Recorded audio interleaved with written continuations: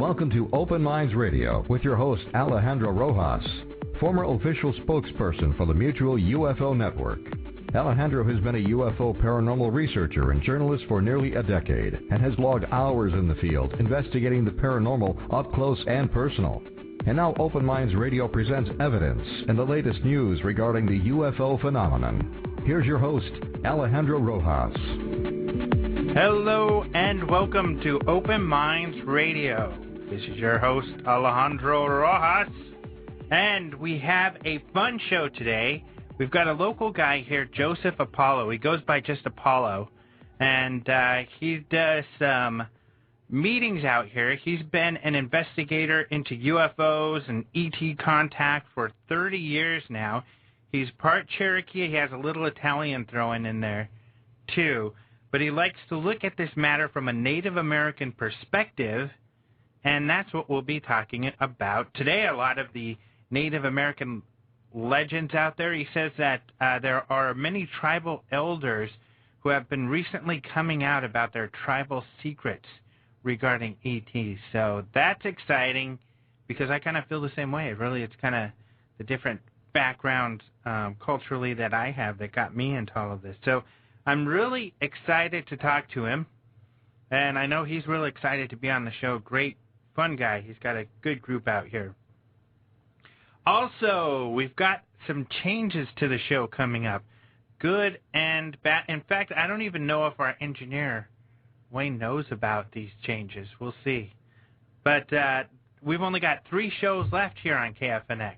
Aw. I guess he didn't know. No, I didn't. So in the 4 weeks, we're going to be moving back to 7 p.m., and here's what a lot of you listeners are going to like, is that we are going to switch back to an hour-and-a-half format. We've got a lot of people asking for the show to be longer, so we will have a longer show. Yet again, I'm going to miss it here in the studio because it's a lot of fun, and the staff here at KFNX is great, but we'll be online as usual. We'll go back. Some of you have been on following the show for a while might remember kind of the cool stuff we were able to do in our TV studio, so we'll be going back to doing that kind of thing, and of course, we'll still be podcasting and everything. So all of our new Phoenix metro area listeners, like our guest tonight, you're just going to have to listen online or watch us, of course, at openminds.tv. You can always watch us live and chat with us on the internet. I'll miss you, buddy. Well, don't say goodbye yet. I mean, I'll be seeing you for a couple more weeks.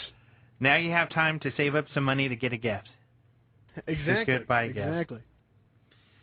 So that's the big news. Other big news, of course, is the UFO Congress coming up in February this week. In fact, even tomorrow, we'll probably be sending out our notice of registration. So you can already start registering for the UFO Congress 2011. And we will also have a list of about 10 of the confirmed speakers. Of course, we're going to have 20-plus speakers, but and we're not letting you in on everything yet, but we're going to give you a taste of what it's going to be like and a bunch of the speakers out there. I'll give you some little insider. Let's see, who can I think of off the top of my head? Jim Mars, Lloyd Pye. Those are going to be some of them. Stan Friedman, everybody loves. We got to have him back, and I'll tell you what, he did this new talk at MUFON that was really good, and people loved it. I know that people come out and say, oh, I already heard his talk, but a lot of people at MUFON were saying, you know what, I've heard Stan's talk for decades, but he did something new, and it was really good, talking about Stephen Hawking. So we've got a lot of great people coming up. So check out the website tomorrow, or if you're on our email list, then you will receive an email tomorrow saying, register for the Congress, and here's some of the cool people we got. Speaking of cool people, I am always joined by a very cool dude, Jason McClellan, our news guy, and of course we're always posting the latest news on UFOs on the website, and Jason is here to let us in on what's been going down. Greetings, Alejandro. Hello.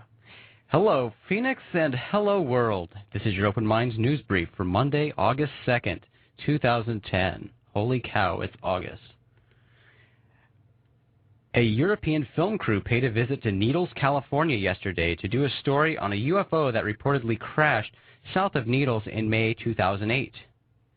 The story has certainly received previous attention from U.S. media companies. George Knapp from KLAS, the CBS affiliate in Las Vegas, did a series of stories regarding this incident, and it was also featured on the History Channel series UFO Hunters. KTOX, the radio station in Needles, says it gets calls all the time from Europeans interested in information relating to the 2008 crash. The European film crew doesn't have firm details, but they do hope to have the project they are producing aired on the Travel Channel. Alejandro, you know more about this Needles incident, don't you? Yeah, this is the whole George Knapp story. You can go YouTube the George Knapp coverage. He's, of course, a guy in Las Vegas who's an investigator and a reporter, but really interesting. Bob down by the river, who saw this stuff, felt harassed and took off, and George couldn't find Bob down the river for a while. But a really interesting case. In fact, some of those black, unmarked cars were driving around, and George saw one on the highway.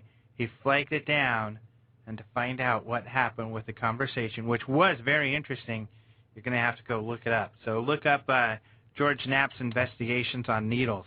The details of this crash and this story are interesting, with details that don't seem to be seen in other cases. I mean, to a teal or a turquoise UFO. Yeah, really weird, and actually witnessing a crash. And I know George quite a bit. He's had me on Coast to Coast when he hosts sometimes, but we're still having problems getting him to confirm speaking at a Congress. So call him up and say, George, you have to speak at the UFO Congress. Tell us about Needles live and in person. I'd love to hear more from him. Or email him if you don't have his phone number. There you go. Probably don't. A UFO was seen in Pretoria, South Africa last week, 2 consecutive nights. A witness described the object as having very bright lights and being almost heart-shaped. On the second night, neighbors gathered to watch the object and even watched it through binoculars, but were unable to make out its shape. The South African Air Force, the Johannesburg Planetarium, and the Hercules Police Station had no knowledge of the incident. But still, a group of people gathered and saw it 2 nights in a row. Mm-hmm. Yeah, those are always interesting. And it happens frequently, but it's fun to hear about the international sightings as well. Oh, yeah, because there's so many. Right. Investigative journalist Leslie Kean has published a new book about UFOs, but what is grabbing people's attention is the author of the book's foreword. Former President Clinton's Chief of Staff, John Podesta, is lending his name to this new book on UFOs entitled UFOs, Generals, Pilots, Government Officials Go on the Record. While Podesta's involvement may surprise some, there are others who know that Podesta has gone on record before, advocating the Pentagon's release of classified government documents relating to UFOs. Leslie Kean's book goes on sale August 10th. Of course, our first magazine, we had an article on that, written by yours truly. That's right. A woman in Newbury spotted a UFO last week in the UK. Sandra Bartholomew and her husband spotted the fast-moving blue light in the sky at 10:30 p.m. Their first assumption was that they were seeing a balloon, but after observing the light move quickly, then shoot towards the moon, they firmly believe that what they saw was no balloon and no Chinese lantern, something that is commonly reported as a UFO. Yep. In our upcoming magazine, the 4th issue, we're going to have a story similar like that, something someone wrote into us. And I wrote back to that guy and said, hey, we're going to use your story in the magazine. This is someone in the UK. And he said, oh, great, because I saw this thing again, and here's what it looked like. So pretty cool. That's really cool. And when I was reading this and, hearing about the movements, again, we've been hearing a lot about this and the movements that shouldn't be what a Chinese lantern is making, so it's a good identifier. But my first thought was that, oh, it's blue, not these orange balls we've been hearing about a lot lately. And Chinese lanterns typically are orange.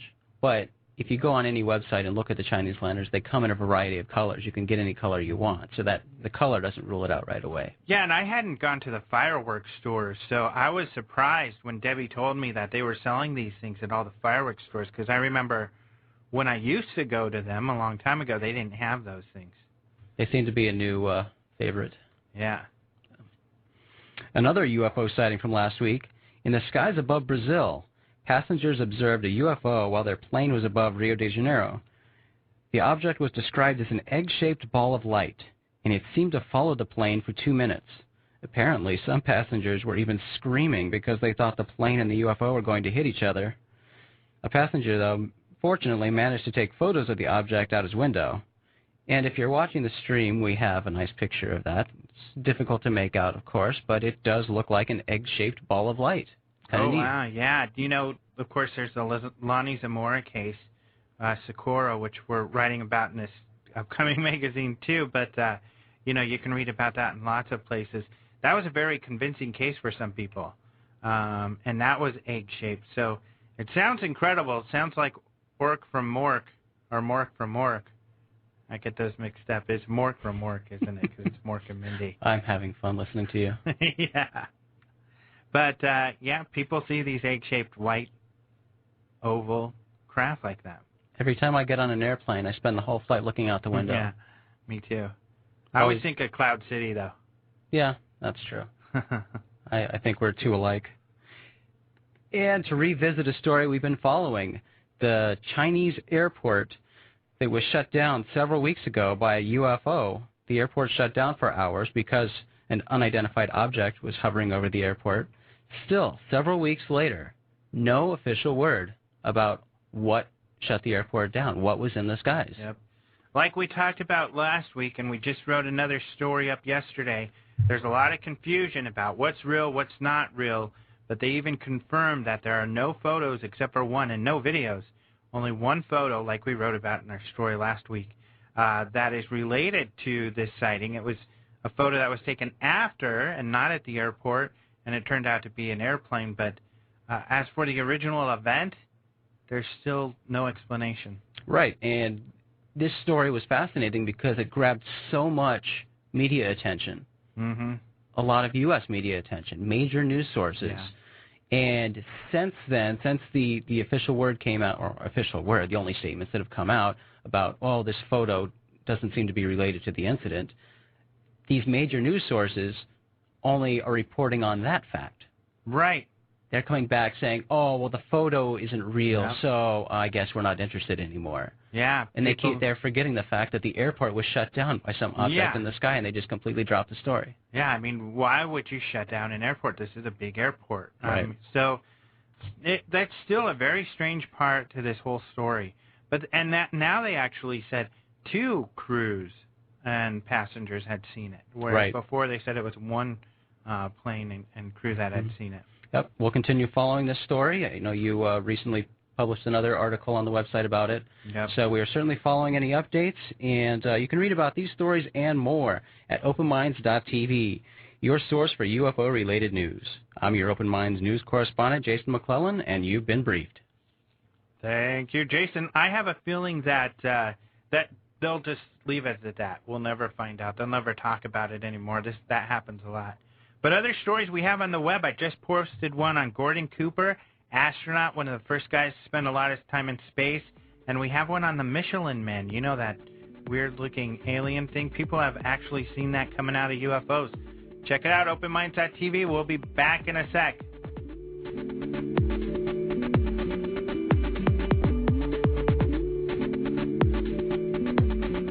Open Minds Production is proud to present the 20th anniversary of the International UFO Congress, coming to its new home at the Radisson Fort McDowell Resort and Casino in Scottsdale, Arizona. This is the premier annual event for UFO researchers, enthusiasts, and the general public with an interest in mysterious phenomena. Come listen to expert ufologists, government officials, and respected scientists presenting information relating to UFOs, extraterrestrials, crop circles, abductions, cover-ups, and more at the largest UFO conference in the country. The 20th anniversary of the International UFO Congress takes place February 23rd to February 27th. Visit ufocongress.com for more information, including sponsorship and vendor opportunities. You're listening to Open Minds Radio with Alejandro Rojas on KFNX News Talk Radio 1100. Welcome back, friends. We've got our guest, Apollo, on the line. Are you there? Hello, Alejandro. How are you? Good. Did you do the whole Alejandro, like that song? I've been practicing saying it that way for a week. Wow. Alejandro. I have yet to hear the song. I hear a lot about it, but I don't think I've heard a little bit, I think, but that's it. I'm afraid of watching the video because I hear it's kind of racy. Alejandro. So how are you? I'm doing great. Thanks for having me on. Alejandro. I really appreciate it. Yeah, thanks for coming on. So you've been into this subject and researching it for over 30 years now? Oh, absolutely. And before I get started on this, I just really want to thank you for not only having me, and let me say, first of all, as one of our representatives here at the local UFO community in Phoenix, I want to acknowledge the work that you're doing, Alejandro, and Open Mind are doing to promote research in the UFO field, and to welcome you guys to Phoenix. And we are particularly excited, everybody, that your organization is bringing the International UFO Congress to the old Pueblo. So thank you for being here, buddy, and all that you do. Well, thanks for the compliment. I'm loving it here, and I plan on sticking around for a while. I bought a house, for goodness sakes. Oh, you're going to be here. Oh, right. Yeah. We're happy about that. Just a little bit of what you mentioned about my background with the Native American perspective. As you know, as many of your audience members may or may not know, Alejandro, the contact with ETs have been occurring over hundreds and thousands of years, from the grasslands of Africa to the Badlands of South Dakota. Native peoples have interacted and communed with aliens from another world. And through their ceremonies, they've danced and ritualized their relationships with these beings from other galaxies. In the North American tribes, they were known as the Agawangwi, or the bird tribes. The Chippewa Indians talk of the Jingwans, or the flying boats, which are reminiscent of the solar boats of the Egyptians.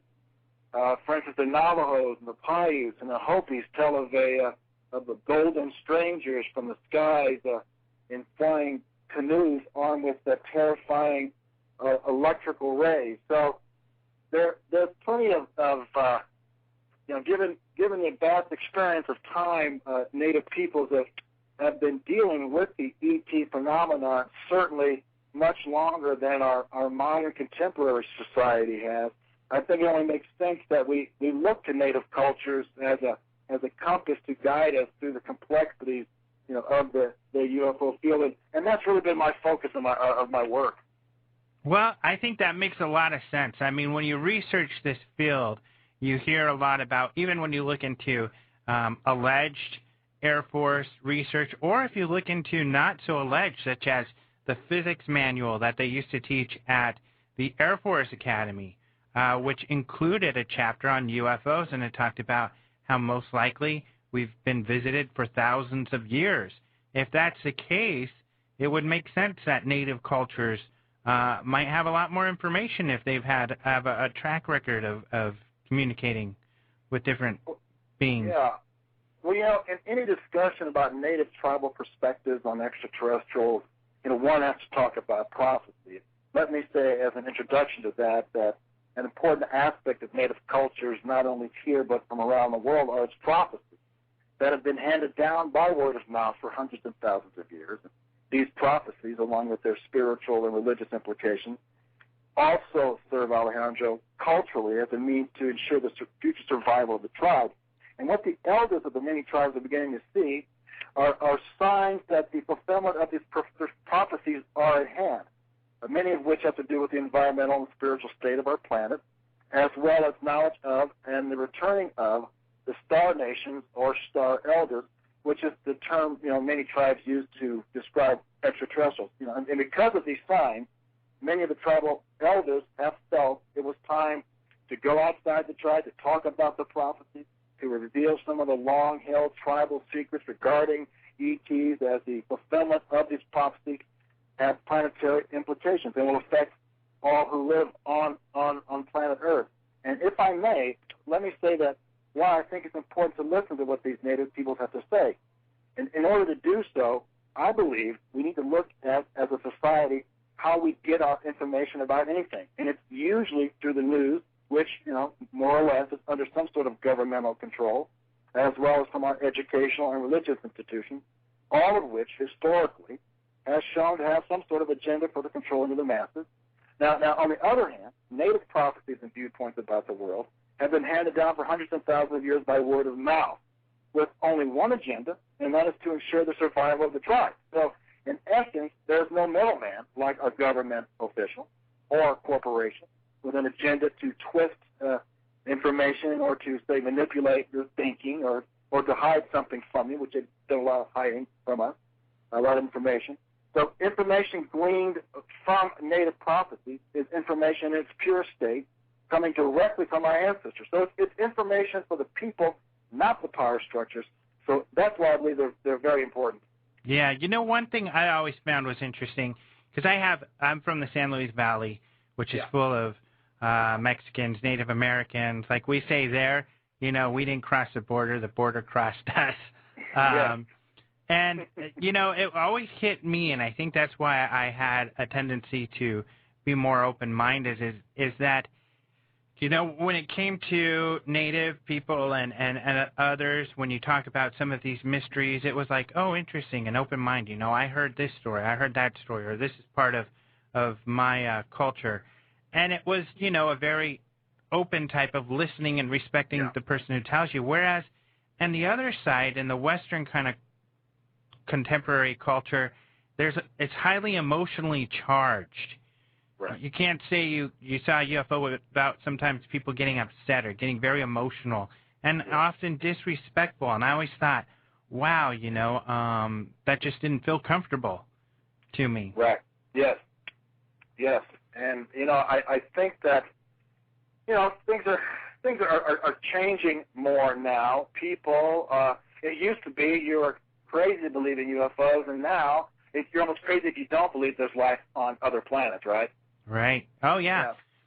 Have you heard of Rainbow Eagle? He is someone who has learned some things from the elders in the southeastern area, and he is a Choctaw, and he does some talks that are similar to what you're talking about. He says something similar to what you're saying, that they feel that now it's time to share, and that, it's been a very difficult time, of course, since the Western world has come to this land and changed things. But now it's time for the natives to be able to infuse themselves in to create this space that we can all share to go into the future in. One of the things, along with what he was speaking to, is the fact that it's one of our challenges, one of our many challenges as researchers, contemporary researchers in the UFO field, is to convince people that this is a serious phenomenon.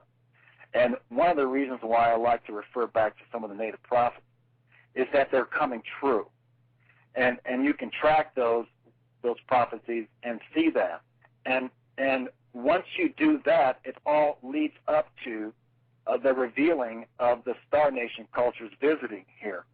And that to me is close to as much proof as I need, because I trust my ancestors and I trust the elders because they don't have an agenda to try to manipulate me. And one of the great and certainly one of the most accurate prophecies is from the Hopi Nation. And as you track the prophet, well, let me put you on hold there for a second on that. Sure. Let's talk about that prophecy, because I know it's very in-depth and it's great stuff. When we get back from this break, we're talking to Apollo about Native Americans and our star brothers. Come on back.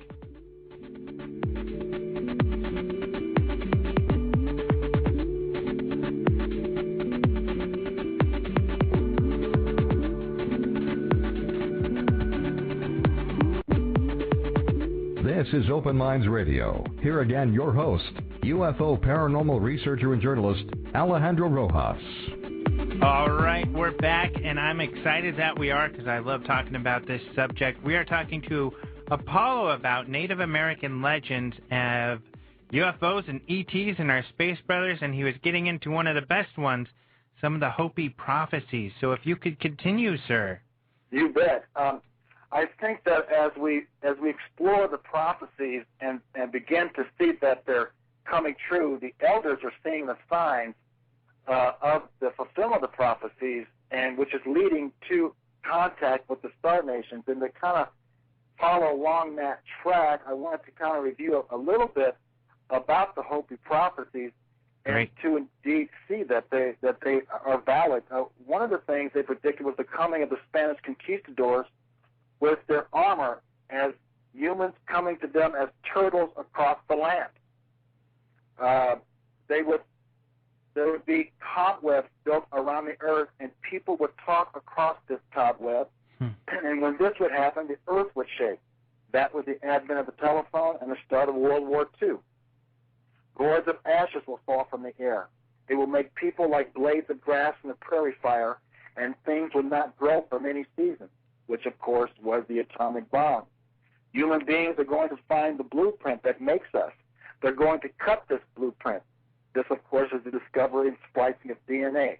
Now, these prophecies date back 50,000 years. Wow. And exactly. And there are many more prophecies, Alejandro, but the most important being that there will be a third great shaking, World War I, World War II being the first two of the great shaking, and that the third shaking will be worse than the first two. And the prophecy states that humans living in these times will experience things no humans have ever experienced before. And it is in these times that the return of the Star Nations is predicted, because the Hopis do speak of a cushioning process whereby if we can get our act together as a planet, these changes can be softer and more gradual rather than cataclysmic in nature. And their feeling is that the Star Nations are returning to assist us in this very endeavor. Mm-hmm. And one of the things that's really exciting things that is happening in the Indian nation these days has been the birth of a female white buffalo calf, which to many tribes is like the return of Jesus, okay, in their beliefs. And this indeed, that when this would happen, major events would begin to happen on the planet. And indeed, it was born in 1996 in Wisconsin, the first to be born for generations. And this event subsequently led elders of some tribes to come out and speak openly about the ET situation from a tribal standpoint. And until then, the elder councils of the various tribes from North America were always forbidding their members and any medicine people to share their knowledge of sacred spiritual matters and records of centuries of contact with outer space civilizations. Someone in the chat just asked, why were they so secretive? Well, this is just part of the traditions. When the white man came over from Europe, they weren't very nice. I mean, that is just how it was. And, a lot of the teachings were held back because they knew they would be probably killed for them. Okay? Their culture is even more destroyed because of them. So, it's like even today, if you talk about UFOs, okay, you could be considered crazy. So these were one of the many reasons, and because it's just their traditional ways. They don't speak about those things. Yeah, there was... Oh, go ahead. It is, in fact, many traditionalists some are against some of these elders coming out even now and talking about it. So it's still controversial among the tribes. Interesting. Yeah, one way I had heard it explained was, when the white man came over, they said, well, so we were talking to the star people, and the white man was like, the star people, who are you talking about? And they thought, oh, you don't talk to them. I better hush up about that because they must not be talking to you for some reason. Yes, that's a very good example. Well, until the winter of 1995, when Standing Elk, who is a Dakota spiritual advisor and Sundance chief, was instructed in a vision to organize the first Star Knowledge Conference. I know you're familiar with those, Alejandro. This person was on the Sioux Res in South Dakota in 1996, and the vision showed that his vision showed that Native American spiritual knowledge about the Star Nation, of course, which are the extraterrestrials, was to be shared with the world, and the first conference was the fulfillment of ancient Hopi and Lakota prophecies that this would indeed happen. Now, some of the information that is being released through the conferences and through meetings, and just my own, interaction with some of the native people, one of the things, fascinating things we're finding out, I'll just mention a few of these things, and stop me any time. It is little known, but all tribes from Turtle Island, which is what they call North America, the North American continent, have kept secret records of the visit, and get this, the visit during the 1st century of a white man they call a Kia, who they said came from the planet Venus, who taught them how to pray and how to conduct ceremonies. And this is something that's been withheld and only recently been exposed. All the tribes have been aligned with these star nations. Some of them visited by the same star people. Well, and I know a lot of them have origination stories that go back to, isn't the Navajo, they believe they're from Pleiadians, wasn't it? Pleiades. Yeah. Yes. It's also, Alejandro, little known that when the white man tried to stop native people from practicing their rituals, and their ceremonies, it was not just to systematically destroy their cultures, which of course they did, but to ensure that the practice of contacting ETs by grassroots populations would cease and desist. And interesting. Until then, it was only Native Americans that were doing it. Of course, now more Europeans are getting involved in it, but back in those days, it was just the Native Americans. So even back in like those times, in like the 1800s and stuff. Yeah. They were suppressing that particular. Oh yes, absolutely. Aspect. I mean, there's an agendas behind agendas. You see, that's usually our shadow government work. Well, you know what you talked about with the Hopi Third World War and stuff, which is kind of scary, and I hope I get to catch a ride on one of these things to zip on out of here if there's an issue. I'm hoping, and you may have some insight into this. Is now I live over by the Estrella Mountains, and I hear that that's kind of an important place. Yes, in fact, of course, Estrella means stars. Yeah. So I'm hoping that's where I'll be able to catch my ride. Yeah, you're really close. Well, I'm up here in the Squaw Peak area. There's supposed to be a base underneath here, too, so good. Elizabeth and I hope we can catch a ride ourselves. But, I don't want to instill a lot of fear in people about these earth changes. I think that as a planet we are improving. I know it doesn't seem that way to many, but I believe that we are. And as I mentioned before, the Hopis do speak of a cushioning process where we can slow the earth changes to be more gradual rather than cataclysmic. And I believe that we're doing that. And we're seeing the earth releasing pressure now. With the earthquakes, it's not cataclysmic yet. It's just sort of just letting off steam, and we're hoping that we can make this transition smoother as well. There's some other great stories coming out of some of the conferences, some of the great quotes that your audience might be interested in. Okay. For instance, Looks for Buffalo from the Oglala Nation. These are all elders that are coming out and speaking about their tribal secrets. This Oglala medicine person, Looks for Buffalo, says this: the avatar, Jesus, Buddha, the white buffalo calf woman, which is their equivalent, are star beings, and that each Native American tribe has its ET race of origination counterpart. The star beings will return at the time of earth changes, and the first signs of floods, fires, and earthquakes. And what do we have now, Alejandro? This huge fire in Russia. I mean, Moscow is completely covered in smoke. Wow. Paula Underwood of the Iroquois Nation, an Iroquois oral tradition, told of an ET telepathic message that she revealed, which went like this: "We are coming." Uh-oh. The telepathic message. There's the music. That means break time. Okay. All right. So we'll continue this when we get back.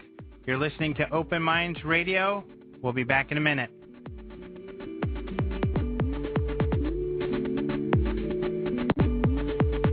Welcome back to Open Minds Radio. Here now, former official spokesperson for the Mutual UFO Network, your host of Open Minds Radio, Alejandro Rojas. All right, we are back. Thank you so much, Paulo, for coming on the show. You definitely got a lot of information. So, Thank you. When I had to cut you off, you were talking about an Iroquois prophecy. Yeah, and it's an oral tradition, and it speaks of an ET telepathic message that was received by one of the medicine people in the tribe, and it goes like this: "We are coming." the Iroquois elders responded, "Don't come. We are not prepared." The star being replied, "Prepare yourselves." So they're basically saying is, get ready, because this rocket is launching. And we can see that now in contemporary times.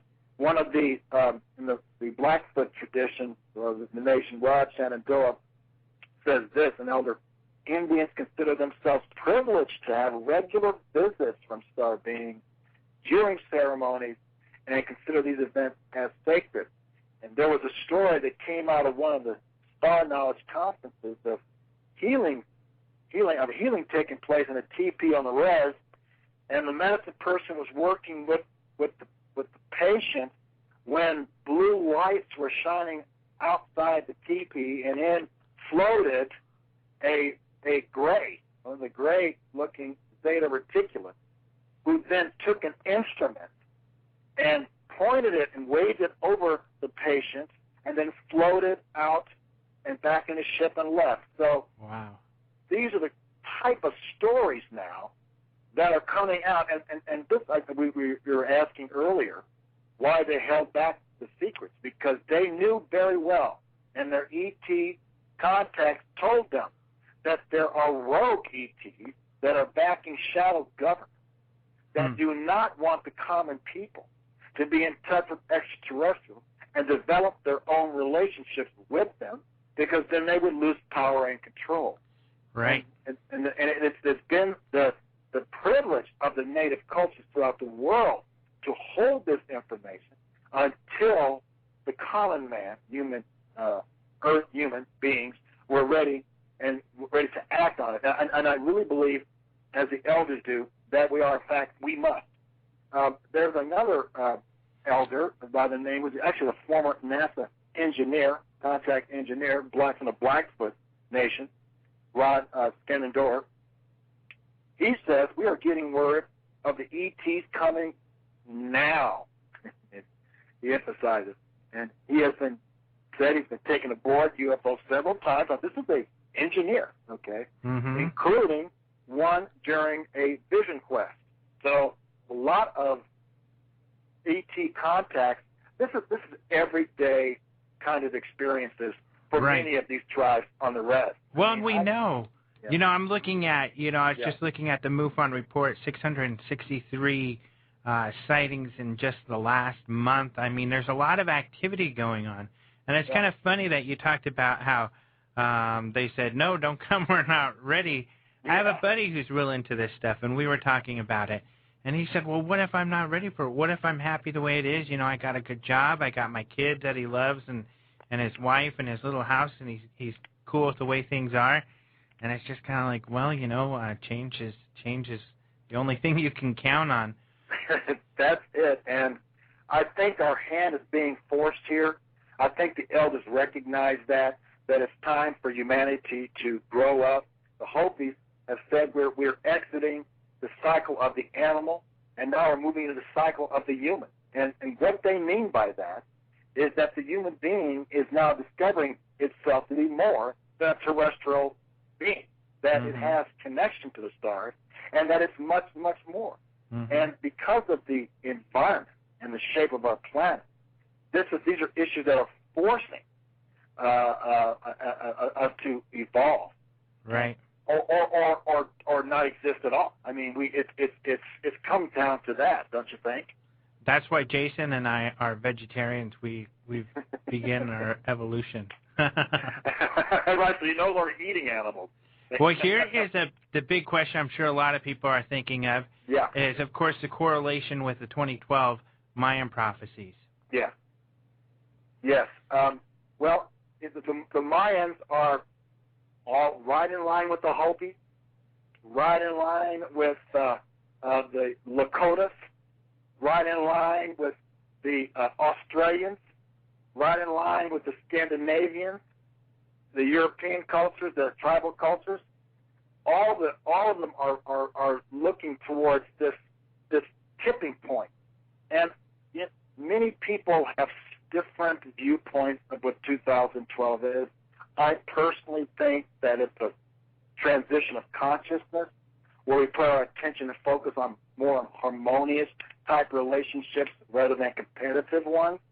But more importantly, in terms of dealing with the real everyday world, many believe that 2012 is the point of extreme darkness, where, you know, the powers that be are clamping down with more control. We certainly can see that in our society, with cameras being everywhere and you know and the like, and that it's going to tip from this point of density and then have a breakthrough where we must change.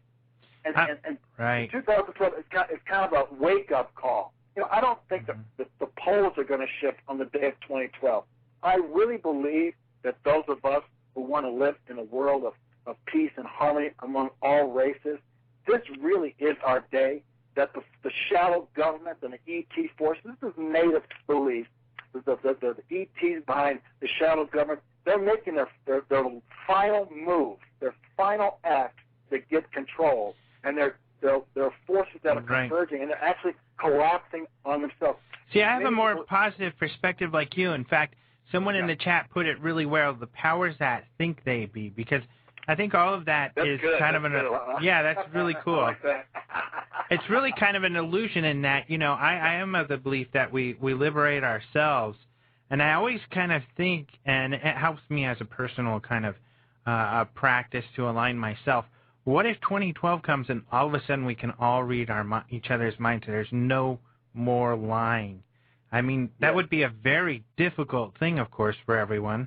Yeah. Even me, because I'm sure some of the pretty girls I see won't appreciate, you know, the thoughts that I have. But Alejandro, you little fibber. So I'm gonna have to control myself that way. Since you brought that up, you know, it's said that one of the reasons why the Mayan calendar is ending in 2012 is because they don't really know what the human being is going to turn into. Understand that the Mayan calendar is not just about a bunch of dates, and I'm sure you understand this. What it is, it tracks evolution, huge evolutionary trends and cycles. Okay, and so it's been tracking our evolution. But at 2012, it's like we don't know where it's going to go next, because the only way to describe it, I know this is kind of like a spiritual cliche, you know, but it's like a caterpillar could never dream that it's going to turn into a butterfly. I mean, it really comes down to that we are mutating. Our DNA is mutating. There's plenty of evidence of that as well. So we're changing into something that it's new territory, and the Mayans knew that, and so do the elders. I love that analogy. I haven't heard that, because I can just think of, you know, some caterpillar not feeling good, and I'm, you know, trying to tell it, hey, there's going to be better days. You may feel frumpy and big, and you're going to turn into this beautiful butterfly. And it's thinking, yeah, right, look, I'm so overweight, I can barely move. Exactly, and most humans have that perspective or perception of themselves and our planet. We just think we're a bunch of losers. If we can't even get along with each other, we can't even accept a person of a different color, how are we going to accept star cultures? But we're going to have to. I mean, and in fact, it is changing. You know, the news just doesn't report it. You know, things are not as bad as they used to be. And you can look back in history, and it's like it's getting better. You know, it's just that it's slow, and the violence and the hate could still get a lot of press. But things are changing, and I feel very, very positive about it. I wanted to make sure, Alejandro, as you know, I have a local community UFO group. Oh, yes. Talk about that, because we're running out of time. I want to make sure people are aware of that who are interested in learning more about UFOs. Our group is called UFOs, Aliens, and Extraterrestrials, Preparation for Contact. And as a group, we're dedicated to providing, you know, the most comprehensive, up-to-date information. We're running out. And you can find that on Meetup. On UFOs. Right. Meetup.com, UFOs, Aliens, and Extraterrestrials. We're at Vision Quest on August 29th from 1 to 4. Vision Quest Bookstore. Come join us. All right. Thank you so much for being on the show. Had a lot to talk about. We're definitely going to have you on again when we have our longer show. Thank you very much. Thank you. Talk to you soon. Okay, thank you, Alejandro. Bye. Thank you. See ya. Next week, we've got a great show. Dr. Joseph Farrell. A lot of people have been asking me to have this guy on.